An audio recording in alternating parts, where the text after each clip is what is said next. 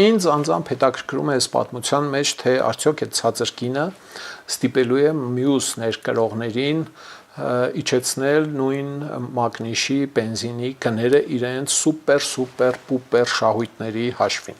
Այսինքն չենք ստանում սուպեր շահույթ, ստանում են շահույթ եւ իջեցնում են կինը, որովհետեւ իրենց այդ տիպի բենզինը չի ծախվելու, թե 69%-ը թիվ է, էլի։ Եսիմ, եթե կա 1 միլիոն ավտոմեքենա մոտավորապես Հայաստանում, այդ թիվը պետական գաղտնիք է իդեպ։ Հա, քանի անգամ հարցնում ենք պետությանը, թե որքան է Հայաստանում ավտոմեքենաների թիվը ըստ դասերի, բեռնատար, ավտոբուս, մարտատար եւ այլն, ասում էին, որ դա գաղտնիք է, բայց նախարարը վերջերս ասաց միլիոնից ավելի ավտոմեքենա կա Հայաստանում, գազ է, դիզվառելիք է եւ այլն, ճշգրիտ թիվ ոչ ոք չունի, թե որքանն են բենզին օգտագործում։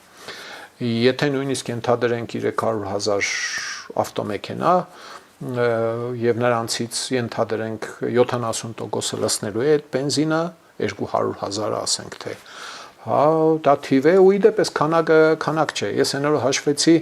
300,000 բենզին օգտագործող ավտոմեքենաների հաշվով, սա մոտավորապես 1-1.5 օրվա վառելիք է Հայաստանի ծածկույթով մեկ, եթե մեքենան քշում է օրական 25-27, մաքսիմում 30 կիլոմետր, հա, այս մոտավոր սրանք շատ միջինացված հաշվարկներ են, հա, արդյոք ազդելու է այս կինը, թե արագ սպառվելու է այդ բենզինը, թե ինչ է անունը, ներկրողն ասելու է, վայ, արդեն սպառվեց, վերադառնում ենք 5-ին, էլի, ազդելու է արդյոք մյուս ներկրողների վրա, չգիտեմ, նաև կասկած ունեցող մարդիկ կան, թե այս երկու ընկերությունները ուզեցել են հեռանալ մոնոպոլ բարձր գնի պայմանավորվածությունից, հակամրցակցային պայմանավորվածությունից, երբ բոլորը իրար հետ իրար բերան թքած, ինչպես ասում է ժողովուրդը, պայմանավորվել էին բարձր գին դնել եւ սուպեր շահույթներ ունենալ, բայց իշխանությունը որոշել է ինչ-որ մի կերպ բան անել, թե այ